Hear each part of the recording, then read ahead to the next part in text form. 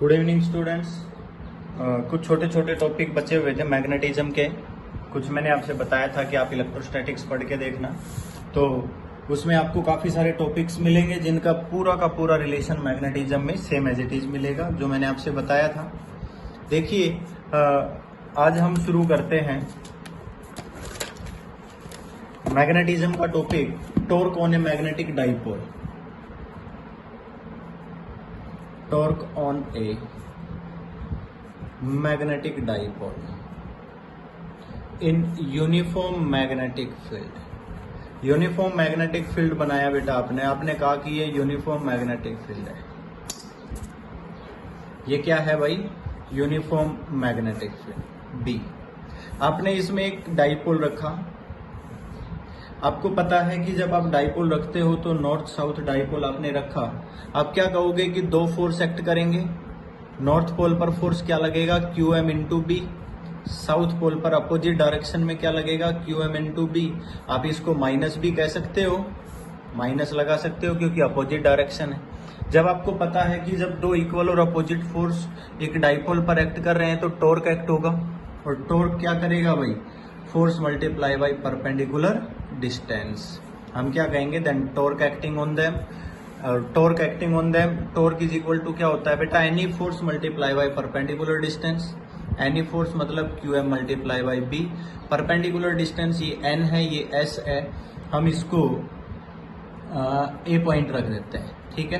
Perpendicular distance क्या है हमारे पास? AN। अब आप इस ट्रायंगल के अंदर AN की वैल्यू निकालेंगे तो क्या हो जाएगा बेटा? AN upon SN is equal to क्या होगा? Sine theta. AN is equal to SN। Length of dipole क्या होता है बेटा? 2a। तो हमने क्या लिख दिया? SN की वैल्यू 2a, उधर जाकर मल्टीप्लाई हो गया 2a साइन थीटा। हमने इसकी जगह पर 2a साइन थीटा रखा। QM B into 2a sine theta. आप एक बात बताइए, 2a मल्टीप्लाई बाई QM हमने पहले पढ़ा हुआ है, डाइपोल मोमेंट होता है, that is MB sine theta. आप इसको वेक्टर टर्म में लिखोगे तो टाउ इज इक्वल टू क्या लिखा जाएगा बेटा? M cross B।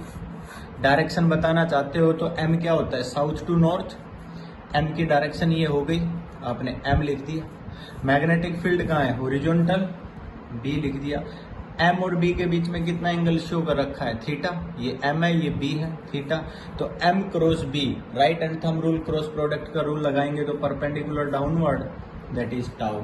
इसी तरह आपने टॉर्क इलेक्ट्रिक फील्ड में भी दिखाए थे, इलेक्ट्रिक डाइपोल के लिए सेम वही है। स्पेशल केस पढ़ेंगे तो स्पेशल केस में क्या है? If theta is equal to 0 degree and 180 degree. 0 और 180 डिग्री के लिए क्या करोगे बेटा? Sine 0 0, sine 180 0, then torque is equal to क्या होता है? 0। उसके बाद आप इसको क्या कर दोगे? मिनिमम। अगर आप ये कहते हो कि theta is equal to 90 degree put करते हैं तो साइन 90 क्या होता है? 1। मैक्सिमम होता है तो हम क्या लिख देंगे? Tau maximum is equal to क्या हो गया? MB। आपने कहा if theta is equal to 30 degree, देखो सेम हमने किस में कराया था? इलेक्ट्रिक डाइपोल में। 30 डिग्री पुट किया तो अपने क्या हो जाएगा? Tau is equal to MB by 2, क्योंकि साइन 30 1/2 होता है, और ये किसका हो गया? Tau maximum by 2। मेरी बात समझ गए? अब आपसे कह दिया जाए, मान लीजिए ये डाइपोल यूनिफॉर्म मैग्नेटिक फील्ड में रखा हुआ है, तो इसकी पोटेंशियल एनर्जी क्या होगी? इसकी पोटेंशियल एनर्जी क्या होगी? तो पोटेंशियल एनर्जी के लिए हम क्या कहेंगे? When dipole is placed in uniform magnetic field. एक मिनट भाई, पलट देते हैं। ये आपने क्या कहा? एक डाइपोल है, सॉरी यूनिफॉर्म मैग्नेटिक फील्ड है। डाइपोल थीटा एंगल से रखा हुआ है भाई, साउथ नॉर्थ, ठीक है। ये थीटा एंगल है। अब ये डाइपोल मान लीजिए स्मॉल अमाउंट एंगल से रोटेट कर जाता है, और जो ये वाला एंगल है ना, ये d थीटा है। Then DW with small amount of work done, tau into d theta. वही सीधा कर सकते हैं। Then integration on both side, दोनों तरफ इंटीग्रेशन करेंगे। DW का integration W। Tau is equal to अभी अभी हमने पढ़ा था MB साइन थीटा था। ये वैल्यू यहाँ पर पुट की जाएगी, MB sine theta d theta integration theta 1 to theta 2। समझ आ गया? MB बाहर ले लिया। साइन थीटा का integration minus cos theta θ1 to θ2 minus बार ले लो, upper limit point minus lower limit point, and this work done is stored as potential energy of a dipole in uniform magnetic field which is equal to mb cos θ1 minus cos θ2। ये result आएगा। अब हम क्या कहेंगे बेटा, when dipole rotate with maximum torque then θ1 is equal to क्या हो जाएगा 90 डिग्री, बोलो समझ आ गया, और θ2 इज इक्वल टू क्या हो जाएगा थीटा से, थीटा मान लो 90 डिग्री से जब इसके पास मैक्सिमम टॉर्क था उसके बाद इसने इसको घुमाना शुरू किया, then potential energy is equal to क्या आ जाएगी हमारे पास mb cos theta minus of mb cos theta. अब आप क्या कहोगे भाई, पोटेंशियल एनर्जी मिनिमम होती है तो स्टेबल इक्विलिब्रियम, मैक्सिमम होती है तो अनस्टेबल इक्विलिब्रियम पड़ा हुआ है। हम क्या कहेंगे, if theta is equal to 0 degree, theta is equal to 0 का मतलब क्या है, डाइपोल यूं हॉरिजॉन्टल रखा हुआ है, या साउथ ये नॉर्थ, मतलब ये m डायरेक्शन और मैग्नेटिक फील्ड भी इसी डायरेक्शन में। जब दोनों सेम डायरेक्शन में है तो u क्या हो जाएगा, मिनिमम कितना आ जाएगा माइनस ऑफ mb, और ये किस में रहेगा, स्टेबल इक्विलिब्रियम। क्यों, क्योंकि आप मान लीजिए फोर्स लगाकर इसको यूं घुमाकर छोड़ देते हैं, जैसे ही आपने यूं घुमाकर छोड़ा इस पर एक फोर्स उधर लगा, एक फोर्स इधर लगा, वापस से रोटेट करके वहीं आ जाएगा जहां था, तो हमने इसको स्टेबल में बोल दिया। आपने कहा if theta is equal to 90 degree, मतलब वो 90 पर था और अभी भी 90 डिग्री है, तो पोटेंशियल एनर्जी उसकी क्या हो गई 0। ये पहला स्पेशल केस था, ये दूसरा। Third special case, if theta is equal to 180 degree, अगर थीटा 180 डिग्री है तो हम क्या कहेंगे, कोस 180 माइनस 1 होता है। अगर हम माइनस 1 पुट करेंगे तो पोटेंशियल एनर्जी क्या आ जाएगी हमारे पास, पॉजिटिव आ जाएगी, जो क्या होती है भाई मैक्सिमम होती है। और मैक्सिमम पोटेंशियल एनर्जी है, इसका मतलब है कि जो आपका डाइपोल है ना उसको उल्टा रख रखा है आपने। मैं बता देता हूँ, ये मैग्नेटिक फील्ड है भाई बी, आपने डाइपोल को यूं रख दिया, अब की बार साउथ इधर है नॉर्थ इधर है, मतलब मैग्नेटिक मोमेंट इधर है, तो इनके बीच में एंगल कितना हो गया 180। अब आप क्या कहोगे कि भाई अगर मान लीजिए यहाँ पर आपने पोटेंशियल एनर्जी को मैक्सिमम बताया जिसकी वैल्यू थी mb, इसको बोलते हैं unstable equilibrium. Unstable equilibrium condition होती है, मतलब आपने इस डाइपोल को थोड़ा सा भी यूं घुमाया, जैसे ही आप इस डाइपोल को यूं घुमाओगे तो बेटा नॉर्थ पोल यहाँ है, साउथ यहाँ है, नॉर्थ पर फोर्स उधर लगता है और साउथ पर इधर, ये कंप्लीट यूं रोटेट हो जाएगा और अपने उस कंडीशन पर दोबारा नहीं जाएगा। ये छोटे छोटे पॉइंट थे, पता होना चाहिए था। अगला मैं आपको बता देता हूँ, current loop as a magnetic dipole. अगला पॉइंट ये छोटे छोटे पॉइंट है, मैग्नेटिक डाइपोल। आप एक बात ध्यान से समझिए, हमने कहा कि ये हमारे पास एक लूप है, करंट कैरिंग लूप है, और इसके अंदर करंट यूं पास हो रहा है, ये इसका सेंटर है, हमने इसकी रेडियस को r बता दिया, या रेडियस को a बता देते हैं। और मैंने कहा कि मान लीजिए यहाँ पर ये पॉइंट r डिस्टेंस पर है, चलो लूप को अगर मैं ऐसे बनाऊं और मैं कह दूं ये रेडियस a है और पॉइंट यहाँ पर है, ठीक है, तो इसके एक्सिस पर, ये एक्सिस पर आप एक्स डिस्टेंस भी कह सकते हो, एक्स स्क्वायर प्लस ए स्क्वायर जो आप लिखते हो, तो आप ये कह सकते हो कि उसके एक्सिस पर मैग्नेटिक फील्ड क्या होगा। तो आपको पता होना चाहिए B axis mu not I A square upon 2r cube. आप पेज खोल कर देख सकते हैं जहां पर हमने करंट कैरिंग लूप के एक्सिस पर मैग्नेटिक फील्ड पढ़ाया था, उस फॉर्मूले में यही आएगा। मेरी बात समझ गए। अगर हम इसी फॉर्मूले को ध्यान से देखें और मैं ये कहूँ कि ये जो मैग्नेटिक फील्ड है ये उसके एक्सिस पर है, और अगर इसी एक्सिस को थोड़ा सा मैं चेंज करूँ, इस फॉर्मूले को म्यू नॉट मैंने 2 पाई से मल्टीप्लाई और 2 पाई से डिवाइड कर दिया, 2 पाई से डिवाइड किया तो ये क्या हो गया 4 पाई r क्यूब आई और 2 पाई ए स्क्वायर, और पाई ए स्क्वायर एरिया होता है भाई, इसकी ए रेडियस है तो इसका एरिया ए हो जाएगा, म्यू नॉट आई ए 2 आगे ले लिया 4 पाई r क्यूब। बेटा I मल्टीप्लाई बाई ए, किसी करंट कैरिंग लूप में करंट पास हो रहा है, मल्टीप्लाई बाई उसका एरिया, मैग्नेटिक मोमेंट। हमने क्या पढ़ा भाई, B axis is equal to 2 mu naught m upon 4 pi r cube. बेटा ये कहाँ पढ़ा था, किसका था बेटा, ये बार मैग्नेट का था और बार मैग्नेट के एक्सिस के ऊपर था ये मैग्नेटिक फील्ड, एक्सियल लाइन पर था, क्योंकि म्यू नॉट इंटू 2m यहाँ लिखते थे, 2 को यहाँ लिख दो, क्या फर्क पड़ रहा है। अभी थोड़ी देर पहले तो यही फॉर्मूला लिखा था। तो हमने क्या कहा कि ये तो बार मैग्नेट की तरह बन गई ना भैया। अगर आप ये कहोगे कि इतनी डिस्टेंस दूर हम देखें तो ये तो बार मैग्नेट के एक्सिस पर मैग्नेटिक फील्ड है, बोलो है कि नहीं है। तो ये जो डाइपोल है ना, ये सिमिलर उसी की तरह एक्ट कर रहा है जैसे कि बार मैग्नेट एक्ट कर रही हो। अब हम इसकी डायरेक्शन की बात करते हैं। हम मान लीजिए इसमें डायरेक्शन की बात करते हैं तो मैग्नेटिक फील्ड के लिए डायरेक्शन तो हम क्या कहते हैं, ऊपर वाला नॉर्थ पोल है और नीचे वाला क्या है, साउथ पोल है। हम इसको किससे बताते हैं, डायरेक्शन ऑफ मैग्नेटिक फील्ड इसके अंदर राइट एंड थंब रूल से शो करते हैं। Direction of magnetic field is taken by right and thumb rule। समझ आ गया। हम राइट एंड थंब रूल से इसकी डायरेक्शन लेते हैं,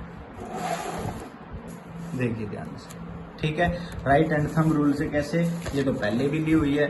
जैसे कि आपके पास ये एक लूप है, लूप में करंट यूं जा रहा है, तो करंट की डायरेक्शन में तो आपकी फिंगर घूम जानी चाहिए और थंब कहाँ होना चाहिए, अपवर्ड। थंब अपवर्ड है, वो किसको शो करता है, नॉर्थ पोलरिटी को। मीन्स आप ये कहोगे दैट इज ये नॉर्थ पोल है और नीचे वाला फेस कौन सा है, साउथ पोल हो गया। मीन्स आप ये कहोगे कि जो आपने बी एक्सिस पढ़ा था अभी अभी, mu naught upon 4 pi 2m upon R cube, अगर यहाँ भी आप वेक्टर लगाते हो तो B axis is in the direction of magnetic moment, और मैग्नेटिक मोमेंट तो साउथ टू नॉर्थ होता है। मीन्स और मैग्नेटिक मोमेंट का जो फॉर्मूला था वो किससे लिया था, I इंटू ए से लिया था। मैग्नेटिक मोमेंट तो इसके एरिया की डायरेक्शन में होगा, और एरिया कहाँ है, ऊपर है। मेरी बात समझ गए। तो मैग्नेटिक मोमेंट भी ऊपर है, एरिया वेक्टर भी ऊपर है, तो इसका जो मैग्नेटिक फील्ड की डायरेक्शन होगी जो डाइपोल की तरह है, वो नॉर्थ पोलरिटी को कहाँ दिखाएगा, अपवर्ड दिखाएगा। समझ आ गया होगा। उसके बाद अगला है magnetic dipole moment of a revolving electron. Magnetic dipole moment of a revolving electron, और मैं इसको बता देता हूं, बोर मैग्नेटॉन के नाम से जाना जाता है। हम बोर मैग्नेटॉन पढ़ने वाले हैं अभी, मेरी बात समझ गए। बोर की एक थ्योरी थी जो आपने केमिस्ट्री के अंदर पढ़ी है, आगे हम फिजिक्स में भी पढ़ाएंगे। उसने ये कहा था कि अगर हम हाइड्रोजन लाइक एटम लेते हैं तो उसके अंदर जो इलेक्ट्रॉन्स है वो एक फिक्स ऑर्बिट में रिवॉल्व करते हैं। बोलो कहा था कि नहीं। जैसे कि ये उसका एक ऑर्बिट है, यहाँ मान लीजिए ये न्यूक्लियस है, ठीक है। यहाँ से मैंने कहा कि ये आर रेडियस में इलेक्ट्रॉन वी वेलोसिटी से मूव कर रहे हैं, वी वेलोसिटी से ये इलेक्ट्रॉन है ऐसे मूव कर रहे हैं। मेरी बात समझ गई कि नहीं। तो हम क्या कहेंगे, जब इलेक्ट्रॉन मूव करते हैं, मान लीजिए हमने ये कहा कि एंटी क्लॉकवाइज मूव कर रहे हैं डायरेक्शन में, तो जब इलेक्ट्रॉन मूव करते हैं तो बेटा हमने ये भी पढ़ा हुआ है कि करंट इलेक्ट्रॉन्स के अपोजिट डायरेक्शन में भी तो मूव करता है। तो हम क्या कहेंगे, मैं एक और इसकी डॉट डॉट बाउंड्री बना देता हूँ यूँ। ये केवल और केवल करंट की डायरेक्शन दिखाने के लिए बना रहा हूँ, क्योंकि करंट की डायरेक्शन हम यूँ बता देंगे कि इलेक्ट्रॉन से अपोजिट डायरेक्शन में करंट रिवॉल्व कर रहा है। मेरी बात समझ आ गई कि नहीं। और करंट क्या होता है बेटा, charge multiply by time period. Charge क्या है, हाइड्रोजन लाइक एटम है तो एक ही इलेक्ट्रॉन होना चाहिए, क्या लिख दिया हमने, E/T। समझ आ गया होगा। तो अगर ये सर्कुलर पाथ में मूव कर रहा है और आर रेडियस है, अगर मैं टाइम पीरियड निकालूं, मैंने कहा कि वी वेलोसिटी से मूव कर रहा है, टाइम पीरियड क्या हो जाएगा बेटा, 2πr अपॉन वेलोसिटी। अगर इस टी की वैल्यू यहाँ पुट करते हैं तो करंट कितना आ जाएगा, E upon 2πr upon we ऊपर चला जाएगा, that is I is equal to क्या आ गया हमारे पास, EV अपॉन 2πr। बोलो आ गया कि नहीं। हमने कहा कि ये जो सर्कुलर पाथ में मूव कर रहा है आर रेडियस पर, इसका एरिया क्या है हमारे पास, πr²। बोलो है कि नहीं। अब हम यहाँ पर मैग्नेटिक मोमेंट निकालना चाहते हैं, क्योंकि बोर मैग्नेटॉन के अंदर magnetic moment of a revolving electron निकाला गया है। हम क्या कहेंगे, इलेक्ट्रॉन रिवोल्व्स या charge particle revolves, electron revolves in fix orbit, ठीक है। अगर ये फिक्स ऑर्बिट के अंदर मूव कर रहा है, देन ऑर्बिटल मैग्नेटिक मोमेंट, हम जो मैग्नेटिक मोमेंट होगा उसको ऑर्बिटल मैग्नेटिक मोमेंट बोलेंगे। मेरी बात समझ गए? और उसको मैं म्यू एल से डिनोट करूंगा। किससे डिनोट करूंगा? म्यू एल से, जो इसके एरिया की डायरेक्शन में होगा। और जब एरिया की डायरेक्शन में होगा तो हम क्या कहेंगे भाई, करंट तो ऐसे मूव कर रहा है तो ऑर्बिटल मैग्नेटिक मोमेंट कहाँ होना चाहिए? नीचे। मैंने कह दिया कि इसका ऑर्बिटल मैग्नेटिक मोमेंट नीचे होगा, क्योंकि देखिए इलेक्ट्रॉन की डायरेक्शन ऐसे, तो करंट ऐसे हो गया ना। पिछली बार हमारे करंट की डायरेक्शन एंटी क्लॉकवाइज थी तो हमने नॉर्थ पोल को ऊपर दिखाया था। अगर अब की बार करंट ऐसे है तो नॉर्थ पोल कहाँ दिखाएंगे? नीचे। तो म्यू एल कहाँ हो गया? डाउनवर्ड डायरेक्शन में हो गया। तो म्यू एल मैग्नेटिक मोमेंट का फॉर्मूला क्या होता है भाई? आई इंटू ए। पढ़ा था कि नहीं? मैग्नेटिक मोमेंट को हम एम से लिखते थे, पर यहाँ ऑर्बिटल मैग्नेटिक मोमेंट है, ऑर्बिटल मैग्नेटिक मोमेंट को मैं म्यू एल से लिखूंगा। अब mu L is equal to, current क्या है हमारे पास? E V upon 2 pi R multiply by area क्या हो गया? पाई आर स्क्वेयर। पाई और आर कैंसिल हो गए तो क्या आ गया? E V R by 2। ये हमारे पास आ गया ऑर्बिटल मैग्नेटिक मोमेंट। समझ आ गया? अब हमने ये भी बता दिया orbital magnetic moment perpendicular downward है। जो ऑर्बिट हमारा बना हुआ है, जो सर्कुलर पाथ है, इसके प्लेन के परपेंडिकुलर डाउनवर्ड हमारे पास ऑर्बिटल मैग्नेटिक मोमेंट है। पर अगर हम यहाँ पर बोर मैग्नेट्रॉन पढ़ रहे हैं तो बोर थ्योरी के अकॉर्डिंग अगर हम पढ़ें तो अकॉर्डिंग टू बोर में quantum theory, bore quantum theory क्या थी?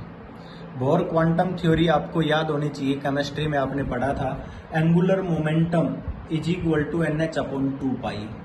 According to Bohr theory angular momentum is equal to N H upon 2 pi. बोलो पढ़ा था कि नहीं? और एंगुलर मोमेंटम क्या होता है? L is equal to M V R. क्या होता है भाई? L is equal to M V R. यहाँ इलेक्ट्रॉन की बात कर रहे हैं तो क्या हो गया? Mass of electron, velocity of electron को हमने वी लिखा है इनटू आर रेडियस। हो गया कि नहीं? अगर हम इलेक्ट्रॉन की बात कर रहे हैं और एंगुलर मोमेंटम की बात करते हैं तो हम यहाँ पर क्या कहेंगे? एंगुलर मोमेंटम यहाँ पर एंगुलर मोमेंटम की जो डायरेक्शन होगी कैपिटल एल से लिखा जाता है एंगुलर मोमेंटम को। जो एंगुलर मोमेंटम है वो प्लेन के क्या होगा? Perpendicular upward. परपेंडिकुलर अपवर्ड, ये होगा परपेंडिकुलर डाउनवर्ड। समझ आ गया? अब हमने एंगुलर मोमेंटम लिख दिया। अगर मैं मान लीजिए बोर मैग्नेट्रॉन के अंदर, इसके अंदर ऑर्बिटल मैग्नेटिक मोमेंट और orbital magnetic moment mu L is equal to क्या आया था? E V R by 2। और एंगुलर मोमेंटम क्या आ गया हमारे पास? M V R. Mass of electron लेना पड़ेगा। अगर मैं इन दोनों इक्वेशंस को डिवाइड कर दूं, दोनों को डिवाइड करते हैं तो हमारे पास क्या आता है? आर से आर कैंसिल हो गया, वी से वी कैंसिल हो गया, मतलब हम क्या लिख देंगे? E upon 2 me। ये क्या है बेटा? एक कॉन्स्टेंट वैल्यू है। Means mu L upon L is equal to 1.6 into 10⁻⁻19 हो गया upon 2 into mass of electron 9.11 into 10⁻31। जब हम इस कांस्टेंट वैल्यू का सॉल्यूशन करेंगे तो हमारे पास, मैं आपको बता देता हूं, 8.8 इंटू 10⁻10। ठीक है? और देखिए ध्यान से, ये चार्ज था कूलाम अपॉन किलोग्राम, क्योंकि मास था नीचे। ठीक है? कूलाम पर किलोग्राम हम लिख देंगे। और इस वैल्यू को जो म्यू एल अपॉन एल है, मैं आपको बता देता हूं, इसको गायरोमेट्रिक रेशियो बोला जाता है। गायरोमेट्रिक या मैग्नेटिक रेशियो कह सकते हो, गायरोमैग्नेटिक रेशियो। और ये हमारे पास कांस्टेंट होता है 8.8 इंटू 10⁻10। 8.8 इंटू 10⁻10 कूलाम पर किलोग्राम। समझ आ गया? अब आप ये भी कह सकते हो कि अगर हम मैग्नेटिक मोमेंट की वैल्यू निकालें किसी भी और एटम के लिए तो आप ये कह सकते हो E upon 2me multiply by angular momentum. भाई एल उधर चला जाएगा, मल्टीप्लाई हो जाएगा। ये भी आप क्या कह सकते हो? हमारे पास वैल्यू आ गई, क्योंकि ये वैल्यू मैं केवल वेक्टर की टर्म में बताना चाहता हूँ। वेक्टर की टर्म में लिखे तो चार्ज ऑन इलेक्ट्रॉन नेगेटिव होता है, माइनस लगा देंगे। आप वेक्टर की टर्म में ऐसे लिख सकते हो, क्योंकि एंगुलर मोमेंटम की जो डायरेक्शन है वो म्यू एल की डायरेक्शन से अपोजिट है, और -E अपॉन 2me, इसीलिए ये नेगेटिव जो साइन है ना, नेगेटिव साइन अपोजिट डायरेक्शन को शो कर रहा है। मेरी बात समझ गए कि नहीं? क्योंकि चार्ज ऑन इलेक्ट्रॉन कैसा होता है, नेगेटिव होता है, इसी की वजह से तो डायरेक्शन बदली थी मैग्नेटिक मोमेंट की। अब हम क्या कह रहे हैं कि हमने बोर मैग्नेटिक थ्योरी के अकॉर्डिंग क्या पढ़ा था, L is equal to NH upon 2 pi. N हमारे पास क्या था, 1 2 3 4, समझ आ गया कि नहीं? तो यहाँ पर हमने क्या कह दिया, H हमारे पास क्या है, प्लैंक्स कांस्टेंट। H हमारे पास क्या है भाई, प्लैंक्स कांस्टेंट है। अब हम मान लीजिए यहाँ पर म्यू एल के अंदर जो वैल्यू है, एल की वैल्यू NH अपॉन 2 पाई, अगर यहाँ पर पुट करें तो हमारे पास क्या फॉर्मूला निकल के आएगा, mu L is equal to, ध्यान से देखिए, E अपॉन 2me हो गया, multiply by NH upon 2 pi. मैं n को तो बाहर ले लेता हूँ, क्या आ गया हमारे पास, EH अपॉन 4 पाई me, EH अपॉन 4 पाई me, ये वैल्यू पुट करने के बाद। अब एक बात मैं बता देता हूं, जो ये EH अपॉन 4 पाई me है ना, इसको म्यू बी से लिख दिया, इसको बोल दिया बोहर मैग्नेटोन। अब आपको समझ नहीं आया कि ये है क्या, मैं आपको बताता हूं। बोहर मैग्नेटोन भी मैग्नेटिक मोमेंट है। अरे म्यू एल क्या है, मैग्नेटिक मोमेंट। एन की वैल्यू 1 पुट करी तो फर्स्ट ऑर्बिट में, एन की वैल्यू 2 पुट करी तो सेकंड ऑर्बिट के लिए, 3 पुट करी तो थर्ड ऑर्बिट के लिए, है तो मैग्नेटिक मोमेंट ना, समझ आ गया? तो इसको हमने क्या कह दिया, ये हमारे पास मैग्नेटिक मोमेंट है। और magnetic moment if N is equal to 1, मतलब फर्स्ट ऑर्बिट के लिए। किसके लिए है, फर्स्ट ऑर्बिट के लिए। Magnetic moment associated with electron due to the orbital motion in the first orbit of the hydrogen atom is called as Bohr magneton. Bohr magneton किसी भी हाइड्रोजन एटम के अंदर फर्स्ट ऑर्बिट के लिए जो magnetic moment होता है उसको बोलते हैं। समझ आ गया? हाइड्रोजन एटम के लिए ध्यान से देखिए, हाइड्रोजन लाइक एटम था क्योंकि बोर थ्योरी का यूज कर रहे हैं, तो उसने तो हाइड्रोजन लाइक थ्योरी का यूज किया था। तो हाइड्रोजन लाइक एटम के लिए फर्स्ट ऑर्बिट के अंदर जो मैग्नेटिक मोमेंट होता है उसको क्या बोला जाता है, बोर मैग्नेटोन। समझ आ गया होगा? और इसको बेटा म्यू एल मिनिमम भी बोला जाता है, क्योंकि एन की वैल्यू 1 पुट करेंगे तो ही ये मिनिमम होगा, और उसी को हम क्या बोल देते हैं, बोर मैग्नेटोन बोल देते हैं। बट ये वैल्यू है ना कांस्टेंट है, आप निकाल सकते हो बोर मैग्नेटोन की वैल्यू। मैं आपको निकाल के बता देता हूँ। हमने क्या कहा, हमने ये कहा कि भाई बोर मैग्नेटोन म्यू बी हमारे पास आया EH अपॉन 4 पाई me। भाई चार्ज ऑन इलेक्ट्रॉन आपको मालूम है, बोलो है कि नहीं, 1.6 इंटू 10⁻⁹। उसके बाद मैं आपको बताता हूँ कि आपको प्लैंक्स कांस्टेंट मालूम है, 6.63 इंटू 10⁻⁻34 अपॉन 4 पाई की value 3.14 multiply by mass of electron -31। देखिए कांस्टेंट है कि नहीं सारा, ये सारे के सारे कांस्टेंट है। इसलिए जब हम इसकी कैलकुलेशन करते हैं तो बोर मैग्नेटोन 9.27 इंटू 10⁻⁻24। और ये मैंने क्या बताया था, बोर मैग्नेटोन मैग्नेटिक मोमेंट है ना, बोलो कहा था कि नहीं। और मैग्नेटिक मोमेंट की वैल्यू, ये यूनिट क्या होती है, एम्पियर मीटर स्क्वायर। भाई अरे magnetic momentum is equal to IA पढ़ा था कि नहीं पढ़ा था, एम्पियर इंटू एरिया क्या था, मीटर स्क्वायर। तो मैग्नेटिक मोमेंट ही तो बताया था बोर मैग्नेटोन, किसके लिए था, hydrogen like atom in first orbit, minimum था ये, ठीक है। तो क्या हो गया, एम्पियर इंटू मीटर स्क्वायर, ये इसकी स्टैंडर्ड यूनिट है, आपने समझनी होगी। अब हम क्या करते हैं, एक वैल्यू और पढ़ते हैं। हम क्या पढ़ते हैं भाई, स्पिन मैग्नेटिक मोमेंट, याद रखना है आपने, स्पिन मैग्नेटिक मोमेंट। अब हम स्पिन की बात करते हैं। आपको पता है ऑर्बिट के अंदर आप एक ऐसे बनाते हो, एक ऐसे बनाते हो। स्पिन का मतलब होता है एक क्लॉकवाइज है, एक क्या है, एंटी क्लॉकवाइज है। मतलब हम ये कहेंगे let S be the intrinsic और स्पिन मैग्नेटिक मोमेंट।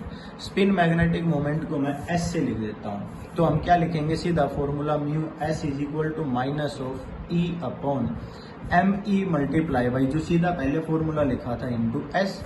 अरे अब आप चलो कंफ्यूज हो गए। मैं ये कहता हूँ कि orbital magnetic moment mu is equal to minus E upon 2ME multiply by L angular momentum लिखा था कि नहीं? हमने कहा कि यही फॉर्मूला मैं यहाँ लगा रहा हूं, पर मैंने यहाँ पर 2 से मल्टीप्लाई कर दिया, क्योंकि था तो यही फॉर्मूला 2 मल्टीप्लाई। स्पिन की बात करते हैं तो बेटा मैंने डबल ले लिया ना, यहाँ पर 2 इलेक्ट्रॉन ले लिए, एक क्लॉकवाइज है तो दूसरा कैसा है, एंटी क्लॉकवाइज। मेरी बात समझ गए कि नहीं? तो यहाँ पर 2 से 2 क्या हो गया, कैंसिल, तो म्यू एस क्या आ गया आपके पास, minus of E upon M E multiply by क्या हो गया, एस। कोई प्रॉब्लम है? तो ये पॉइंट मैंने यहाँ से समझा दिया। वहां पर एल एंगुलर मोमेंटम लिया हुआ था, यहाँ पर स्पिन मैग्नेटिक मोमेंट को एस से लिख दिया। समझ आ गया?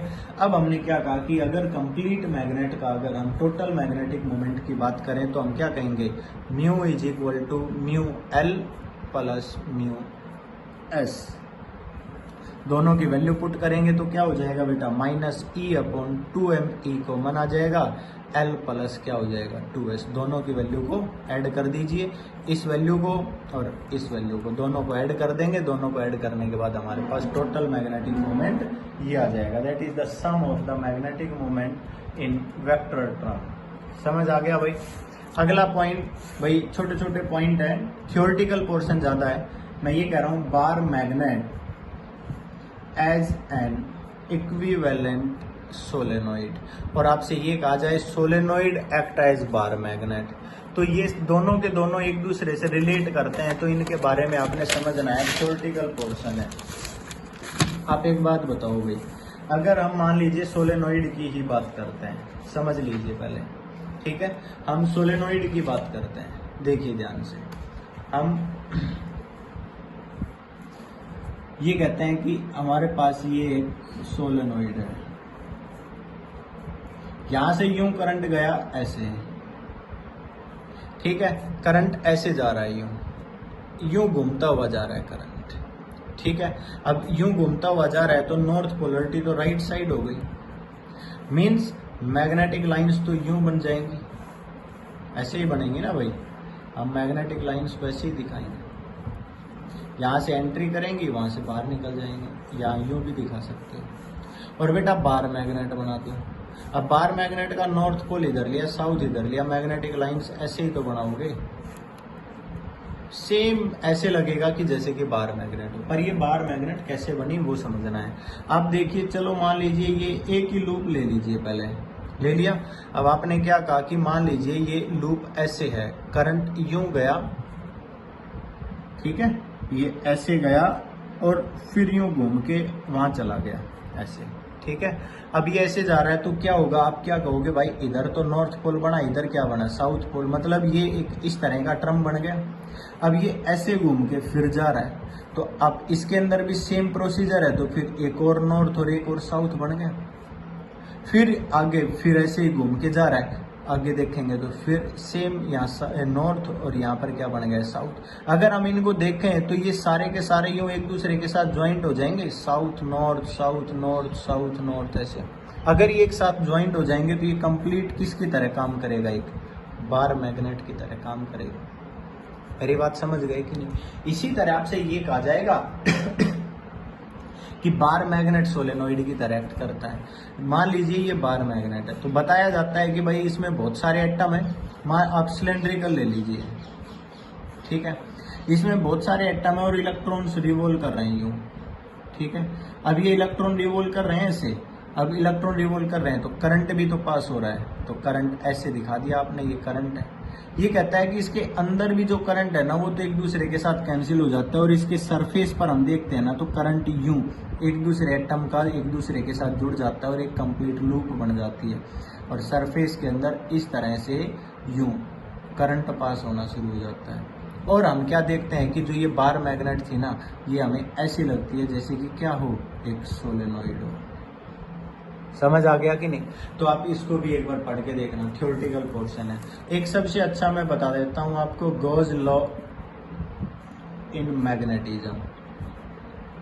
भाई आप एक बात बताइए, गॉस थ्योरम आपने पढ़ी थी, क्या पढ़ी थी, E.ds over a close surface is equal to Q enclosed या Q इनसाइड अपॉन एप्सिलॉन, पढ़ा था कि नहीं?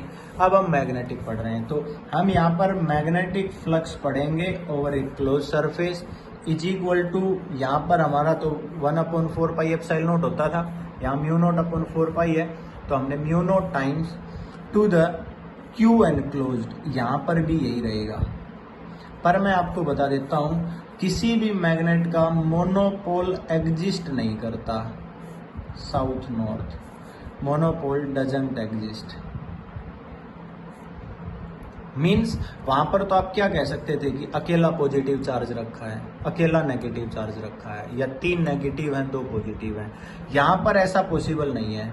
यहाँ पर मैग्नेट रखी हुई है साउथ के साथ नॉर्थ 100% मिलेगा, 5 नॉर्थ है तो 5 ही साउथ मिलेंगे। मेरी बात समझ रहे हो कि नहीं? इसका मतलब जो क्यू एम लिखते हैं ना, क्यू एम एनक्लोज्ड, ऑलवेज क्या होगा 0। क्यों?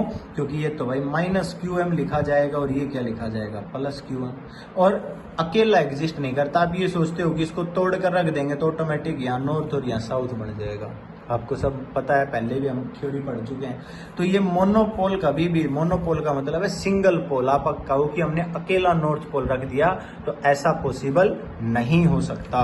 समझ आ गया? मोनोपोल एग्जिस्ट नहीं करता, इसलिए क्यू एम एनक्लोज्ड क्या होगा 0, और इससे हमारी स्टेटमेंट क्या बन जाएगी B dot D S over a close surface is equal to 0। यही हमारी गॉस थ्योरम है जो हमने आपसे आपके पास जो नोट्स भेजे हैं उनमें समझाई हुई है। समझ आ गया भाई? अब अगला प्योर थ्योरेटिकल पोर्शन है। नोट्स में मैंने लिख दिया है, यहाँ पर हम आपको पढ़ाएंगे earth behave as a magnet. Earth magnetism की बात करेंगे हम यहाँ। ठीक है भाई? देखिए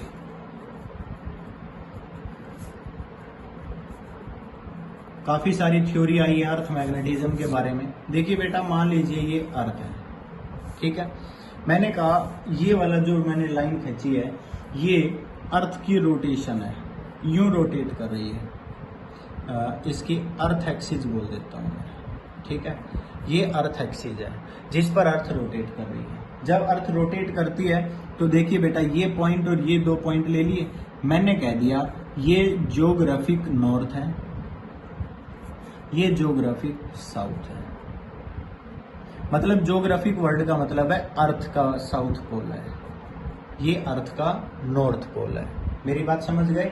जहां ज्योग्राफिक वर्ड यूज होगा वो अर्थ के ज्योग्राफी के अकॉर्डिंग यूज किया जा रहा है कि अर्थ की जो ज्योग्राफी है उसके नॉर्थ और साउथ पोल है। समझ आ गया? अब मैं आपको बता देता हूं। अब मान लीजिए अर्थ का जो एक्सिस ऑफ रोटेशन है वो ये है। अब मान लीजिए यहां पर मैं एक लाइन बना दूं तो हम क्या कहेंगे, ये ज्योग्राफिक इक्वेटर है। ज्योग्राफिक क्या है? इक्वेटर। इक्वेटर मैंने आपसे बताया था कि एक्सिस के परपेंडिकुलर जो लाइन होती है उसको इक्वेटर बोलते हैं। पर मान लीजिए आप ये कहते हो कि सर हम प्लेन लेना चाहते हैं, तो आप इस अर्थ को यूं बीचों बीच जो एक्सिस आपने वर्टिकल ली हुई है उसके बीचों बीच काट दो और एक प्लेन ले लो। जैसे एक बाउल बन जाएगा ना, उस बाउल का जो प्लेन होगा ना उसको हम मेरिडियन के नाम से जानेंगे, जिसको ज्योग्राफिक मेरिडियन कहा जाएगा।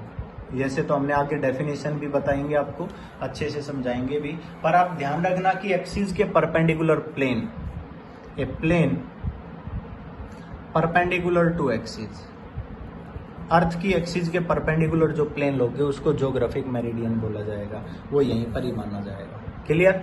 अब अगला पॉइंट, मैंने ये कहा कि अर्थ का जो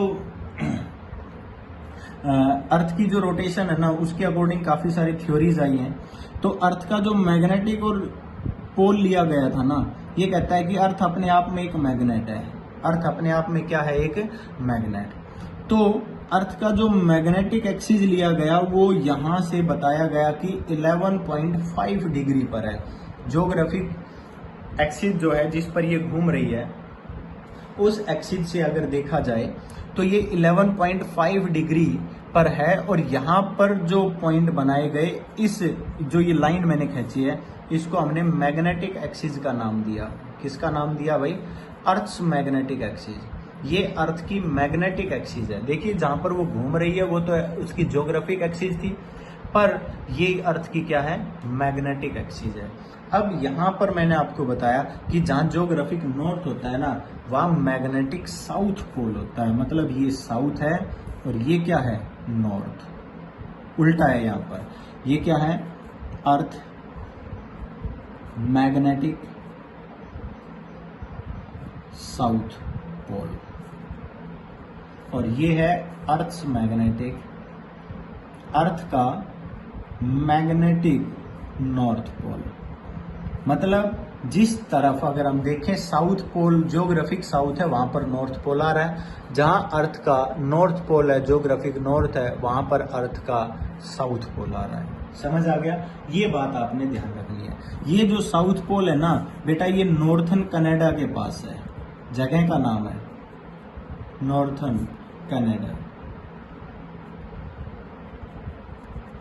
समझ आ गया? और इन दोनों के बीच में 11.5 डिग्री का एंगल होता है। इन दोनों के बीच में लगभग अप्रोक्सीमेट बताया जाता है 11.5 डिग्री एंगल। समझ आ गया? तो ये मैंने आपसे पॉइंट बताए। मैंने ये कहा कि अगर इनकी फील्ड लाइंस की बात करें तो यहां से फील्ड लाइंस, नॉर्थ पोल है ना, नॉर्थ पोल से फील्ड लाइंस बाहर जाती हैं यूं, और साउथ पोल के अंदर एंटर करती है ऐसे। अब बहुत सारी फील्ड लाइंस आप यूं दिखा सकते हैं, ठीक है?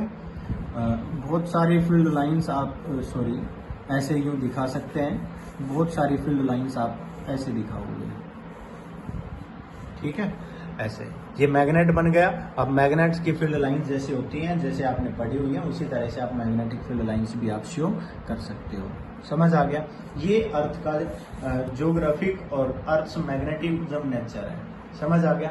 मैं आपको बता देता हूं कि अर्थ के सरफेस पर जो मैग्नेटिक फील्ड होता है, surface on earth, that is 1/, मतलब हम ये कह सकते हैं फ्यू टेंथ गॉज, और इसको हम स्ट्रॉन्ग मैग्नेटिक फील्ड बोलते हैं। समझ आ गया? Strong magnetic few tenth gauss बोला जाता है, बताया जाता है, और जिसकी वैल्यू बहुत ज्यादा होती है। क्लियर? अब हम इसके कुछ एलिमेंट्स की बात करते हैं, ठीक है?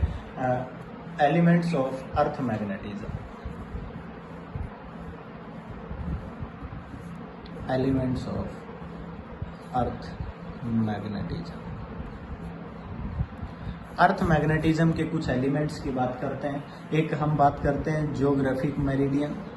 मैंने आपसे अभी अभी बताया था, ज्योग्राफिक मेरिडियन एक वर्टिकल प्लेन होता है in the direction of longitude, और vertical plane passing through the line joining the geographic north south pole is called geographic meridian. मतलब एक परपेंडिकुलर प्लेन होता है, ठीक है, जो लॉन्गिट्यूड की डायरेक्शन में होता है और एक्सिस के परपेंडिकुलर पास होता है। समझ आ गया? जो उसके लेंथ वाइज उसके अंदर पास होता है उसको ज्योग्राफिक मेरिडियन बोल देते हैं। मीन्स हम ये कह देते हैं a vertical plane in direction of longitude, और वर्टिकल प्लेन ये भी कह सकते हो passing through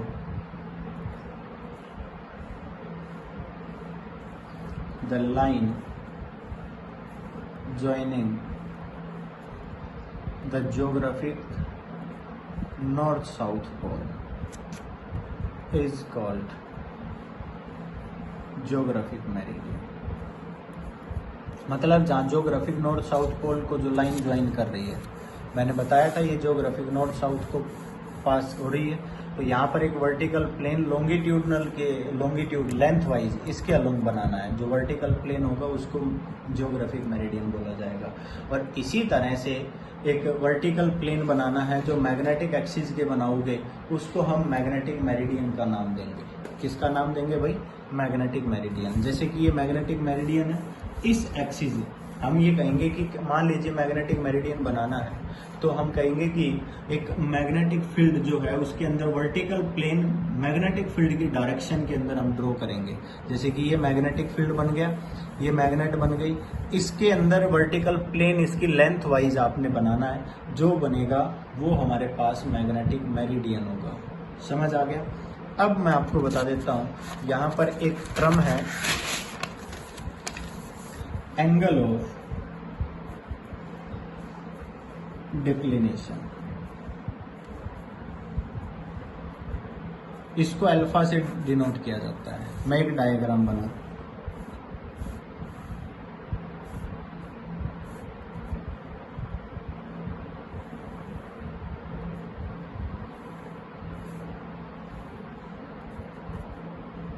देखिए मैंने ये कहा कि यहाँ पर मैं दोनों जो भी मैंने ये अलग अलग प्लेन बनाए, जैसे कि आपने एक बुक खोल रखी हो, ये दोनों प्लेन हैं। जैसे कि अभी अभी हमने जिनकी बात की थी, ज्योग्राफिक मेरिडियन और मैग्नेटिक मेरिडियन की बात करी थी। अगर मैं मान लीजिए ये कहूँ कि ये ज्योग्राफिक नॉर्थ है, ये क्या है, ज्योग्राफिक डायरेक्शन जो मैं बता रहा हूँ नॉर्थ बता रहा हूँ, और मैं इसको मैग्नेटिक नॉर्थ बता रहा हूँ, मैग्नेटिक नॉर्थ। यहाँ तक ठीक है भाई। इन दोनों के बीच में मैंने एक एंगल ले लिया अल्फा, ठीक है। मैंने कहा कि ये पॉइंट ओ है, ओ, इस पॉइंट को मैं लिख देता हूँ P A Q, O P Q R, ठीक है। इस पॉइंट को मैं ले देता हूँ एल और इसको मैं लिख देता हूँ एम। मैंने बस नाम लिख दिए कि प्लेन आपको पता चल जाए बस, ठीक है। अब देखिए मैं आपको ये कह रहा हूँ कि हमारे पास जो ये वाला प्लेन है ना, ये हमारे पास ज्योग्राफिक मेरिडियन है, वर्टिकल प्लेन है, जैसे कि आपके पास। और ये हमारे पास जो प्लेन है ना, ये हमारे पास मैग्नेटिक मेरिडियन है।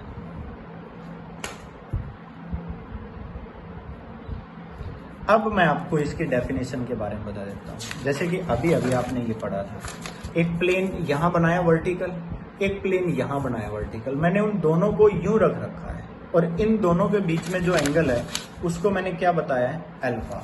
That is angle of declination at any point. मतलब आप कोई भी एक पॉइंट ले सकते हो, कहीं पर भी कोई पॉइंट ले सकते हो on earth surface, at any point on earth surface, any point on earth surface. Earth surface पर आपने कहीं पर भी कोई पॉइंट ले लिया, तो ज्योग्राफिक मेरिडियन और मैग्नेटिक मेरिडियन के बीच में जो एंगल होगा ना, उसको हम अल्फा एंगल बोलेंगे, एंगल ऑफ डिक्लिनेशन बोलेंगे। समझ आ गया। अब जैसे कि मान लीजिए ये अर्थ सरफेस है, ठीक है। हमने ये कहा कि भाई ये ज्योग्राफिक का प्लेन था, आपने पॉइंट लिया यहाँ, आपकी मैग्नेट की डायरेक्शन आ गई ऐसे, तो इस केस के अंदर जो ये प्लेन बना और ये वर्टिकल प्लेन बना, तो इनके बीच का जो एंगल है वो हमारे पास एंगल ऑफ डिक्लिनेशन है। मेरी बात समझ गए। हम सरफेस के ऊपर एक कंपास रखेंगे, समझने का तरीका मैं आपको बता देता हूँ, और वो कंपास हमारी जो मैग्नेटिक फील्ड है ना उसको डिसाइड करेगी। कंपास में हम ये देखेंगे कि डायरेक्शन यहाँ है, यहाँ पर है, कहाँ है। उस डायरेक्शन के परपेंडिकुलर हम एक प्लेन लेंगे, वो प्लेन बनाया, और यहाँ पर मैग्नेटिक ये ज्योग्राफिक मेरिडियन का एक प्लेन बनाया, दोनों को मिलाया, जितना एंगल बना वो हमारे पास एंगल ऑफ डिक्लिनेशन होता है। इसी तरह हमारे पास होता है एंगल ऑफ इंक्लिनेशन। इंक्लिनेशन का मतलब होता है डिप, और एंगल ऑफ डिप मैं आपको बता देता हूँ, अलग अलग बुक में अलग अलग से लिखा हुआ है। थीटा से भी लिखते हैं और डेल से भी लिखते हैं इसको। मैंने कहा कि यहाँ पर आपने पी पॉइंट पर कोई भी डायरेक्शन बताई, जैसे कि आपने कोई भी कंपास रखी और कंपास के अंदर ये आपने डायरेक्शन बता दी मैग्नेटिक फील्ड की, ध्यान से समझना है। ये आपने कहा मैग्नेटिक फील्ड है, तो यहाँ पर देखिए मैंने क्या कहा, ये मैग्नेटिक फील्ड की डायरेक्शन है, तो ये इसका एक हॉरिजॉन्टल कंपोनेंट हो गया, और ये क्या हो गया, वर्टिकल कंपोनेंट। भाई ये तो मैग्नेटिक है ना, मैग्नेटिक मेरिडियन बना हुआ था, ये क्या हो गया, वर्टिकल कंपोनेंट। इसको लिखोगे तो क्या हो जाएगा, B E cos theta, sorry sine theta, और ये क्या हो गया बेटा, हॉरिजॉन्टल कंपोनेंट, बी ई है बेटा ये कोस थीटा, ठीक है। तो जो हॉरिजॉन्टल कंपोनेंट है उसके साथ जो मैग्नेटिक फील्ड की डायरेक्शन है किसी पॉइंट पर, उनके बीच में बना हुआ जो एंगल है वो हमारे पास एंगल ऑफ डिप कहलाता है। That is the angle made between at any point, that is the angle made between earth total magnetic field, ये अर्थ का टोटल मैग्नेटिक फील्ड था, with the horizontal component that is the direction of magnetic meridian. ये magnetic meridian की direction है, magnetic north उसकी direction है, उनके बीच में जो बना हुआ एंगल है उसको हम एंगल ऑफ डिप बोलते हैं। इसी तरह हॉरिजॉन्टल कंपोनेंट के बारे में पूछा है।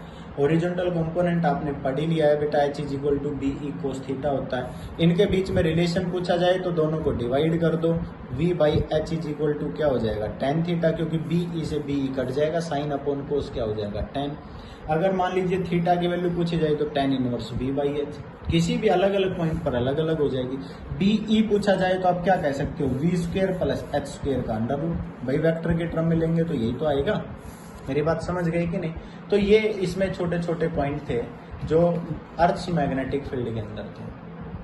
अब मैंने कुछ डेफिनेशंस, कुछ थ्योरेटिकल लाइंस बता रखी हैं और एक सबसे इंपॉर्टेंट पॉइंट आता है न्यूट्रल पॉइंट।